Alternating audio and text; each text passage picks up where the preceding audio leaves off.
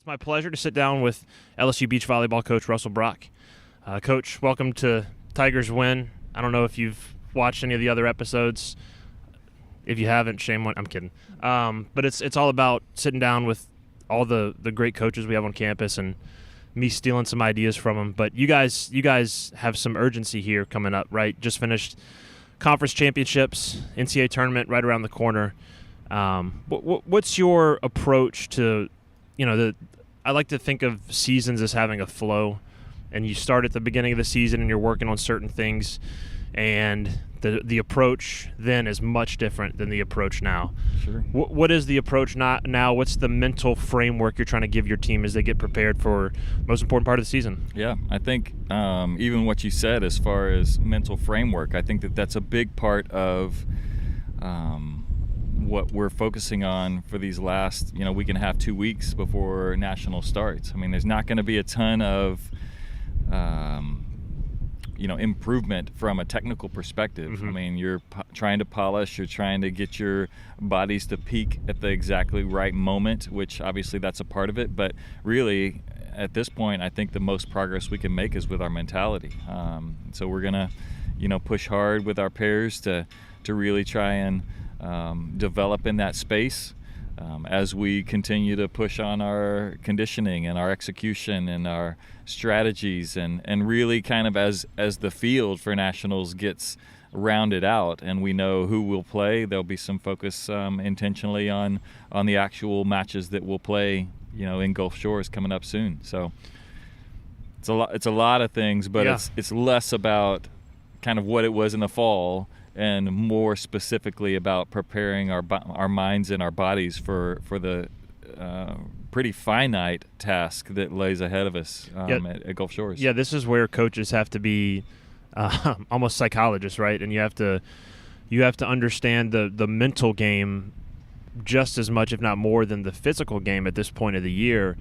And so I want to know what that looks like, that push for both your pairs, because I think that's a unique aspect of this sport in particular. Yeah, that you have doubles in tennis and you have other sports where you're off in pairs, but here, I mean, you have almost 5 different units that you've got to get ready, and they all require something different. Sure. All 10 of those athletes, but then also there's 5 different dynamics with those 10. So it's you start doing the math, it's a little bit crazy with all the psychological directions you could go in. So how do you kind of get your arms around that and assess the needs of all of those different dynamics as you head into this point of the season? Yeah, I think that probably one of the more unique parts about our sport is there's going to be a lot of that responsibility that falls on them. Like if you and I are a pair and we want to be really great, we've got to spend time together. Yeah. And obviously we've got to spend it with the coaches, and we've got to handle our nutrition, and we've got to be great in the weight room. There's all these different facets, but there's also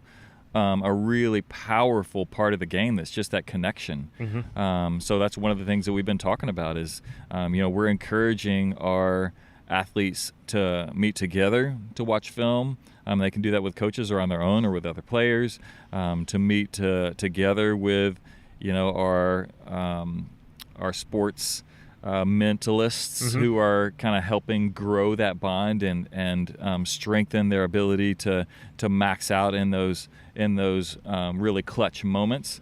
So I think that it's a lot of it falls on us, and when we train and practice, a lot of times we're training specifically with a pair. Mm-hmm. So we're working on the things that they need to improve or they need to work on, as opposed to having a team environment. But once again, a lot of that's going to fall ultimately when they reach their potential.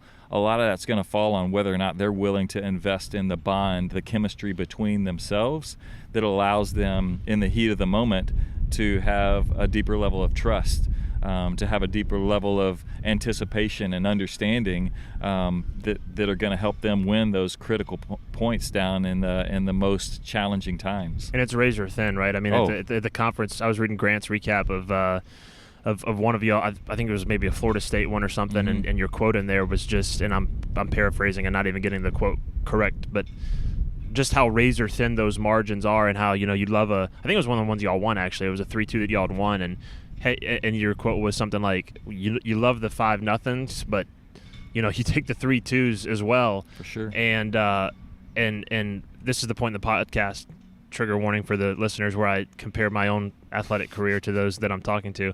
I did give beach volleyball, or I made my beach volleyball debut last summer, and I'd never played before, ever. Just my friends were playing. They'd been playing for a while. They threw me out there. And that was what fascinated me most about the sport. You don't really understand it. I mean, I don't understand it nearly enough as I should, but you don't really understand it until you play it and you kind of feel what it feels like. And just how thin those margins are. And it's as simple as every point is a 2-point swing. It's not really it's a 2-point swing every time. Sure. And so you make a mistake on this one, and it not only costs you, but it benefits them. And that's simple math, and it almost sounds cliche, but you feel it, especially in those 15-15 points or the 17-13, where it feels like you either have a chance to pull away or get back into it. It's so critical. And so I'm wondering, you said a phrase there, sports mentalists. What is the framework that you and those folks are giving the players to handle those moments in particular? What's the thought process? Because for me, when I was playing in very low stakes, extremely low stakes, because we were probably grabbing a drink right after, it was being as relaxed as possible. The more relaxed you were, and it wasn't hard to be relaxed out there, the more relaxed you were, the better you could be. Is it relaxation? Is it a focus that sort of calms the nerves? What's the framework they're working with in those tight points? Yeah, I think once again, one of the most unique things is every individual is going to be different. Yeah. And I think that's one of the things that we have. We have a strength coach who does a great job. We have a nutritionist who does a great job. We have our coaching staff that works mechanically, technically through those. And this is our first year that we've actually had someone who can help with that mental side of things.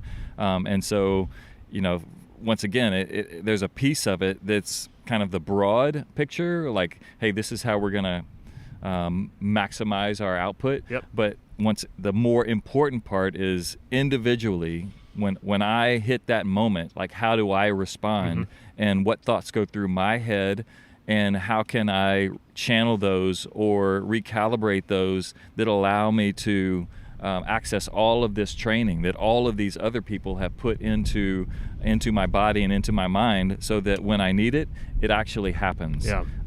So that's been probably the difference this year. And once again, as we hit this home stretch, like, that's the most important piece in my estimation, that our players individually and then as pairs, they can also know, okay, when I'm feeling this way, how do I not internalize it? How do I not let it influence me? Or how can I help? I know I can help you if I give you a better set, but how can I help you when I see that you're gripping a little bit? Yep. And so all of these tools, all of this training from all of these people who are indispensable right now is kind of culminating. And I think that Dr. Larry Widman, who's kind of taken on that role for us this year, is going to help us max out in that last stretch of those important matches that are going to give us, like you said, that was a great example. And I'm sure sometimes your athletic experience isn't applicable necessarily, but in that particular instance, it's absolutely accurate. Yeah. When you're at 13 all and the next point is going to be either 14-13 or I'm going to be up 14-13. Yep. Or it's going to end the match, or it's going to tie the match. Like, that kind of pressure isn't light. Yep. It's not. It's very substantial, and sometimes, more often than not, particularly in these matches coming down the stretch against all of these teams that are going to be the top of the heap, it's going to come down to one play. Yep. And the team that has the ability to make that one play closer to their potential is going to be the one that's going to come away with a win. And all that matters is that you advance. The 3-2s, the 5-0s, they blow the horn. As soon as somebody gets 3, it could be a 3-0 win. Yep. So you're trying to put points on that board. You're trying to get there as efficiently as possible, because even when you put a point on the board, say we go up 1-0, that changes the pressure for every sure. other court that's still playing. For sure. So we're trying to be proactive in creating that pressure, but also being responding well when that pressure happens. Absolutely. That's such an interesting dynamic, that aspect of of all five, being interlinked with each other, even though they're separate. From my experience, when we got to I guess it was like a playoff setting, we ended up winning the whole league, and we were not the best team. Not even close, really.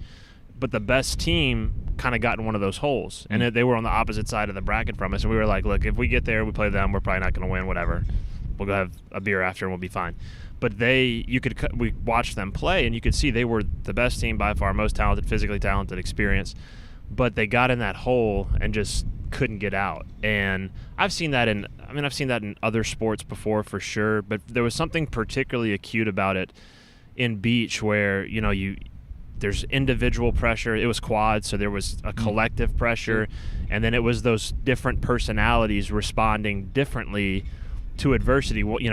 Just to generalize, one would get angry, one would get kind of closed off into a shell, one would be rah rah rah, and it was kind of all of that interacting. And so that's what intrigues me about the sport. And I would think that in your experience being in the national championship, being in Gulf Shores, you've probably seen that before, where maybe the best team is the physically best team, or the dominant team, whatever, with the best players, isn't the team that necessarily wins it every time. It's the team that's in sync, in that flow, in that rhythm together. Is that a safe assumption? Sure. I mean, and even through the course of the year, you rarely go through a season, and this is comparable in lots of different sports, but you rarely go through a season where everything goes according to script. Yeah.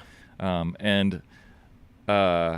think one of the things even we're dealing with out here that adds another layer is conditions. Mm-hmm. I mean, if it's windy, or if it's super calm, or if it's rainy, like that can shift the advantages. For sure. Because some teams play better in the wind, not just because their skills are better in the wind, because they can handle it mentally. Mm-hmm. Like those are different stressors that come on at different times that affect different teams in different ways. Yeah. And all of that is very valid in figuring out, okay, like who's got the advantage and who's going to take advantage of their advantages. Yeah. I mean, how much is the sand itself a factor? It's massively impactful.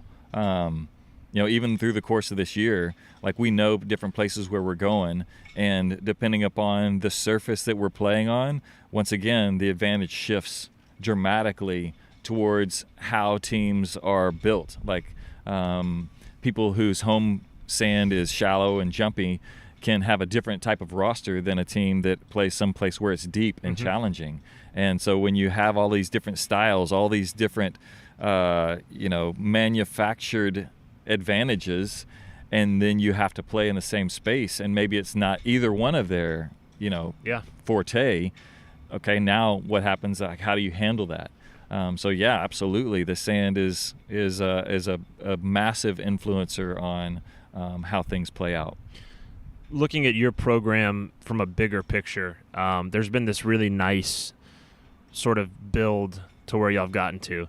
And for me, last season, it had culminated in the day where this place was packed, and number one versus number two, and it was just it was a celebration. And COVID just cut that off right in the middle. Mm-hmm. So you've got this great build. It's almost like, I'll use the dad analogy here, like building blocks with your kids, and you're making this big fort or whatever, and right before you get to the top, somebody just walks over and knocks it down. How do you respond to that when it's so tangible and palpable, and you're number one in the country and on your way to a national championship, and then it's just psychological gut punch? How do you begin that process and get through that process? Yeah, I think that the gut punch is a very real analogy. I mean, the immediate impact was powerful, but I think that as we had time to step away and see a bigger picture,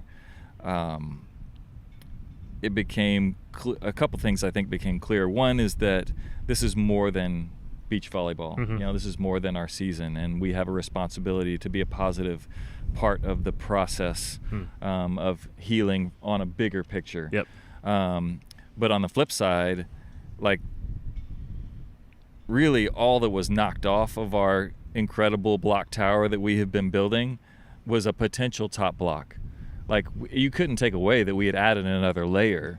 Great point. And it was glued on there. And I think that was really what helped. Like, there was no doubt, like, the environment that was here, like, that happened. Yeah. Even though the opportunity that was potentially there ahead of us went away, everything that we accomplished didn't. Yep. And even coming into this season, there was more buzz. There was more recognition of that. Like, the season didn't go away. Like, all our hard work didn't go away. All our accomplishments didn't go away. It was just that we didn't get to quite finish it. So we came back into this season knowing, hey, we built it all the way up to here, and now our job is to, like, find those last couple layers. Mm-hmm. We didn't have to start back at ground zero, thankfully. Yeah. Particularly because a lot of those players, or all of those players, decided, hey, we're going to come back and we're going to continue that process. Yep. So I think it very easily could have been more devastating, but in the reality, I think that everybody, the pride in what we accomplished was still as tangible as the grief of what was lost. So we had to make a decision. Are we going to wallow in that, the potential that we lost? Or are we going to revel in the factual achievements and accomplishments that we had, and then improve upon that? Yep. And I think that as a whole, testament to the team and their vision and their understanding of their purpose and their goals, we chose the latter. Like, let's be better. Let's find a way to improve and finish what we did. You mentioned the glue, and when you said the glue, I thought of Kristen Nuss. And I mean, the numbers speak for themselves. She's the winningest player in the sport. I don't have to go into her resume, and I'm about to talk to her in a little bit, and I'm excited about it. What makes her a winner? What are the qualities that define her and set her above everyone that's ever done this at this level? Yeah, I think that the list is incredibly long. The simple things are, she's an elite athlete. I think, once again, when you talk about numbers, like when we see data on what she's able to produce in the weight room. Can I dig in there for a second? Because Sure. I heard a tidbit from a birdie named Grant who mentioned something about her testing and compared it to Jamar Chase. Yeah. Did Grant get that right? Yeah, there's. So what's the story there? I don't know the exact details. Okay. You'd have to talk to our strength coaches, but yeah, the numbers that she puts when we test on the force plates, and even when we've done some stuff with our sports science people, change of direction and reaction times. Yep, I've seen those. It's like if it's the same thing I've seen, you basically stand in front of a screen. Yep. And there's a virtual screen in front of you, and like you're on a virtual floor, and so Yes. where it shows up on the screen, you have to react and like put your foot there, put your hand there, right? Yep. So even aside from her ability to create force, to change her direction, like her reaction times, like all of that stuff is off the charts. Yep. And that's all measurable, right? We can see that she has some advantages, quite a few actually, that give her the ability to be elite. Mm-hmm. But I think that if you put those advantages into somebody without her unmeasurables, they would just be a great player. Like, they'd be good, but they wouldn't be the best. And I think that that's the remarkable thing about Kristen is she's obviously smaller than she would maybe you would expect her to be the greatest player record-wise to ever play this sport. Yep. But she doesn't care about that. Yeah. Like, that's something that she embraces. And when you watch her play, you can see those measurables in the way she changes directions. You can see them in the way she gets off the sand, how fast she is when she moves, how well she can put her hand on the ball and create. She doesn't make many mistakes. Like, that's all training and athleticism and God-given ability and enhanced ability through her training. Yeah. But then when you see how hard she goes and how she never takes a play off and how she always looks to help her partner, like, those are all decisions. And that you can't measure that. Nope. And her consistency, and I think that's I think that's the thing. Maybe that's what encapsulates it best is when you do the things that you should do over time to the highest level you can, you start to eliminate the reality of regret. And I think that when she plays and when you watch her train and compete, there's not room for regret. Yeah. Like, she's not ever going to be thinking, man, I should have done that, or I should have given that effort, or I should have been, like, I should have made that better choice along the way.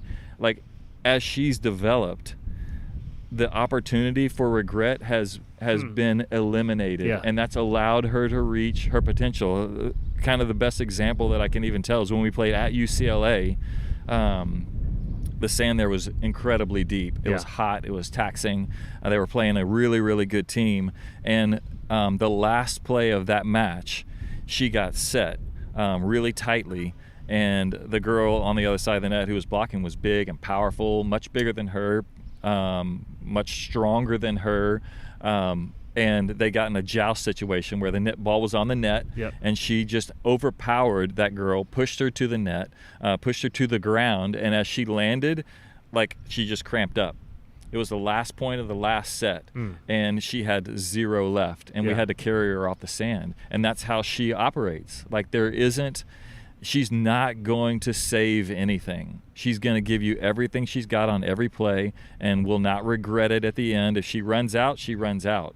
But she hasn't. And that's, one of the things that she's invested in is her endurance. Like, every area of her game that could make her vulnerable, she invests in. Every advantage that she has, she tries to be better. And I think that, we've seen athletes like that on this campus that have more limelight. Obviously, Joe last year, like, it was easy to see that he was, very... it wasn't hard to understand that he was the best, maybe historically ever.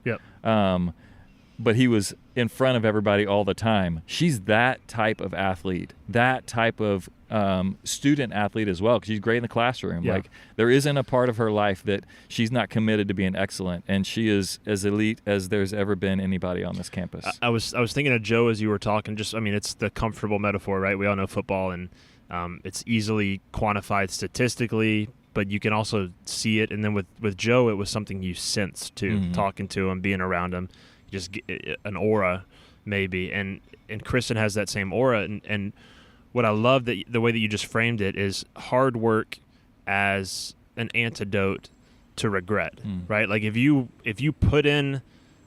give everything, like, regret's not even an option, really. It's not even a conscious thought, because there's literally nothing more you could have done. So if there's nothing more you could have done, there's nothing more you should have done. Right. And I've never had it framed for me that way. And I find that fascinating. I'm gonna dig in with her on that a little bit. But that's that's incredibly well framed. So thank you for that. Yeah. Let's zoom back to the task ahead and going to nationals. And this is something that I talked to Coach Mulkey about yesterday, because I think her career is an interesting illustration of this too. And I asked her, what's more difficult, the first step or the last step? Is it more difficult to take over a 7-win program, in her case at Baylor, or for you, a brand new program, and get that thing off the ground and get it going? The metaphor I'm thinking of now is like, if you're, what's it called when you're it's not windsurfing. It's when you have the thing on your back and you jump off a cliff and you start flying, gliding, hang gliding. Yes. Hang gliding. Took me a while to get there.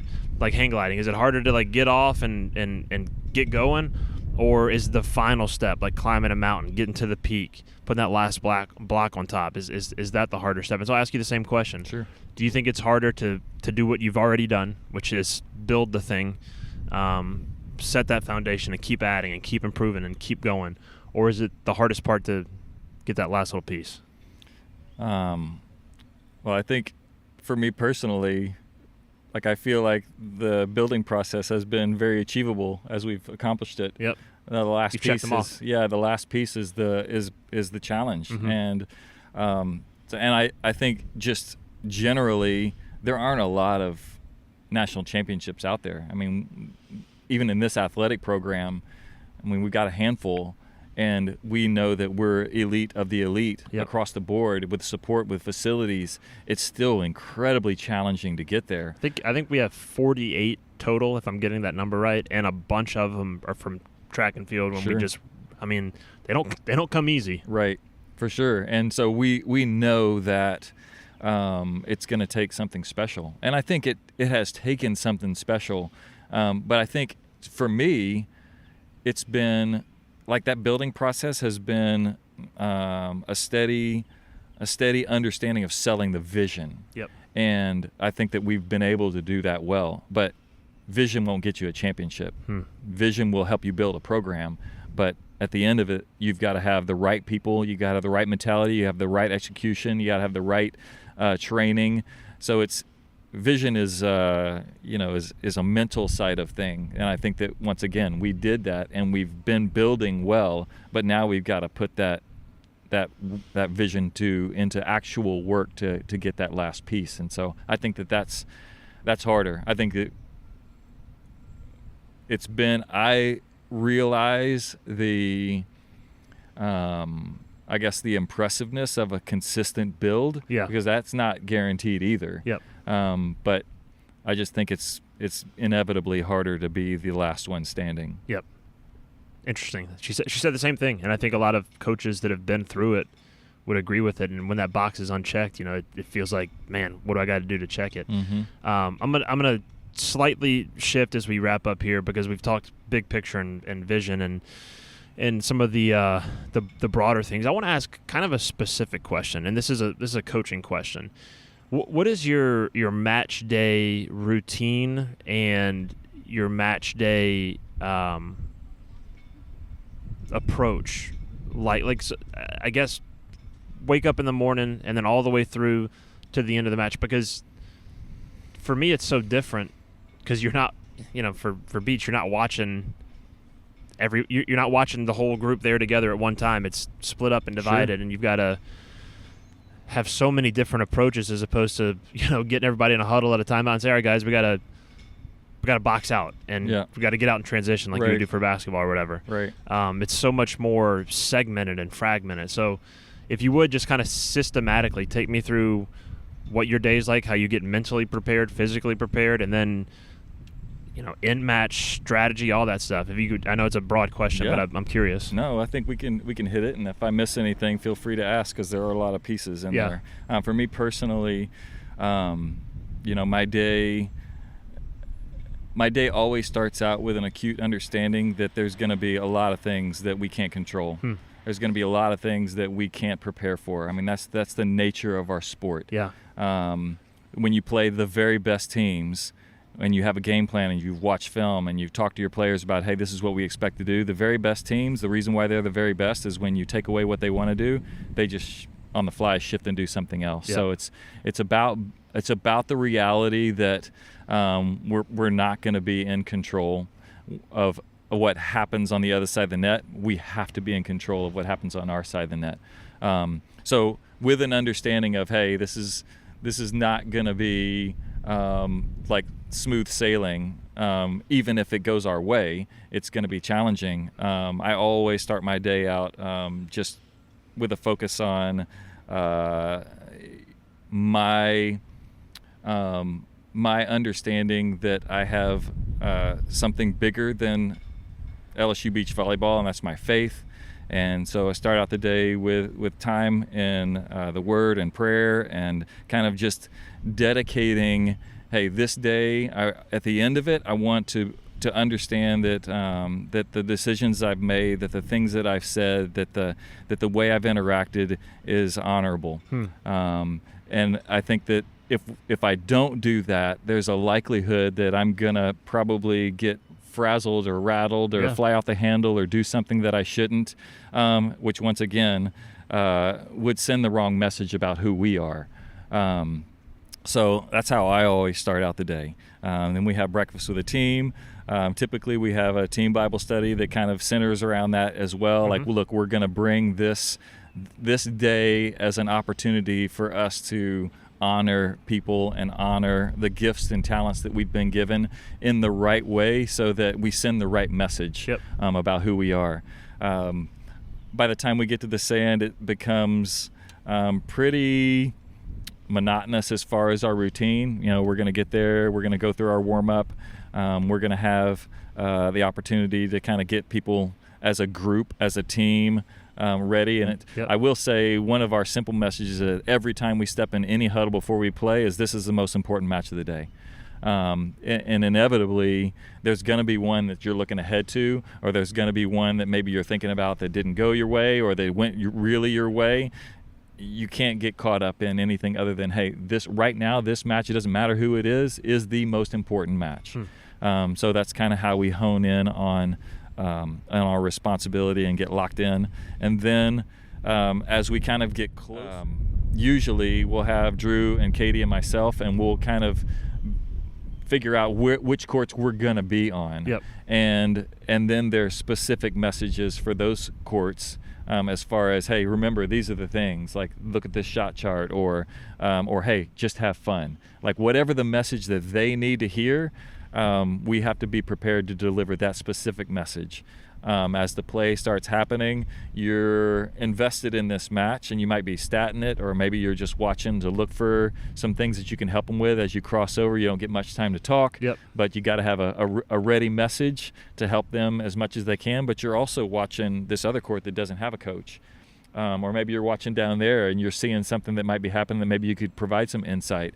So you also have to have a big picture along with your little picture, because you might need to skip out. Maybe we're doing all right. And on the way out, you're like, hey, just be aware. This is the things that probably will change. But I'm going to go down and I'm going to help this court, or I'm going to go down and I'm going to talk to somebody else. So there's a locked in awareness, but there's also a completely different, like a totally different game plan, a totally different match, a totally different vibe that's going on somewhere else. And each one of those is exactly important, but until you're in the heat of the moment, you don't know which one, might be the pivotal court. So the instinct takes over. So you have to be prepared to address every court in a certain way. You have to be mentally, emotionally, statistically, game plan wise for that particular team at that particular moment. And then you just kind of see how it plays out. As the matches end, you gravitate to what's still happening, and you leave what's already been done, and try and help those courts finish well and put points on the board. When the match ends, usually we'll have a little powwow, we'll get together, we'll kind of do a quick rehash, but then you got to turn to the next. Like it's not like we're not going to play in 2 days. We're going to play somebody in 2 hours. And we have to now this match that's coming up is the most important match of the day. So recovery comes into play, maybe watching a little film, maybe talking about things, but we try and distance ourselves from the success or the challenge that just happened and lock in and focus on reaching our maximum potential as we head into the next match. You're packing a lot of overlapping hours into 24 hours there, right? I mean, it's if you take each player's amount of time on court and then you start adding it up, that's a lot of juggling to do. But I'm sure that's one of the aspects you love about it, and makes it definitely never dull, I would assume. For sure. Even when you like the recap for us, like at Nationals, we know, like when a match ends and we're preparing for a next match, there's five game films that we can watch, and that we can watch to see how we did, because you don't get to watch every match, so you got to go back and watch those, and maybe you're making notes, maybe you're talking about it, but you also got to prepare for the next 5 matches that you're playing. So then it's about prioritizing, right? For sure. Figuring out what priorities are. That's incredible. I'll end on this. Give me the big picture preview of Gulf Shores, and you can go as in depth on opponents, and I know a lot of that's still up in the air, but just however you would preview it right now, however you're thinking of it right now, however it's framed in your mind right now, give us the preview of what's ahead. I think that our most important team to focus on is going to be us. We've gotten to play The seeds will probably be USC number 1. We've gotten to play them. We split with them at their place. We play UCLA will probably 2. We had some knockdown dragouts at their place, and we've obviously seen them a lot in the last couple of years. We respect them a ton. They're a good team. 3 will be Florida State. We've seen them several times on several different surfaces, and they've gotten us, but we know that is within reach. We'll be 4. And then Loyola Marymount will be 5. They'll probably be our first round opponent. We haven't seen them, but we know that they're a good team, and we know how they've done against UCLA, USC. They played them a ton. So we have a good feel for who they might be. We'll definitely be more prepared specifically as we get into them. And then 6 through 8, we'll just have to see who ends up there. We will have played some of them. We'll have a lot of information on all of them.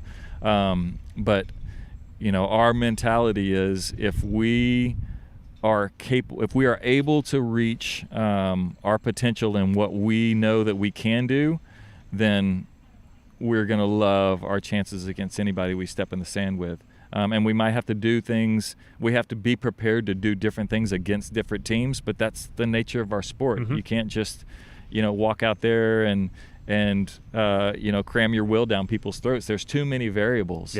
And I think that this season we've had lots of challenges, as have had lots of teams. But the excitement is as we gear up and go towards Gulf Shores that we know that we can finish this with a championship. It's not going to be easy. It's going to be really, really hard. But this season's been really, really hard. So, why would it be easy? And I think that we've embraced that, and we're looking forward to those challenges and can't wait to get in the sand and mix it up for a championship. Yeah, in that spirit, the destination will be no different than the journey. So, for sure. Hard to get there, but that's what makes it worth it. And it's kind of like we were talking about earlier, individually with Kristen, but it applies to the team too. When you put the work in, it's the antidote to regret. So I know y'all put the work in, and hopefully y'all can go out there and bring back that championship and add to that total and put that last block on top. That'd be nice for sure. We're looking forward to the chance. Coach, appreciate your time. Thank you. Thank you.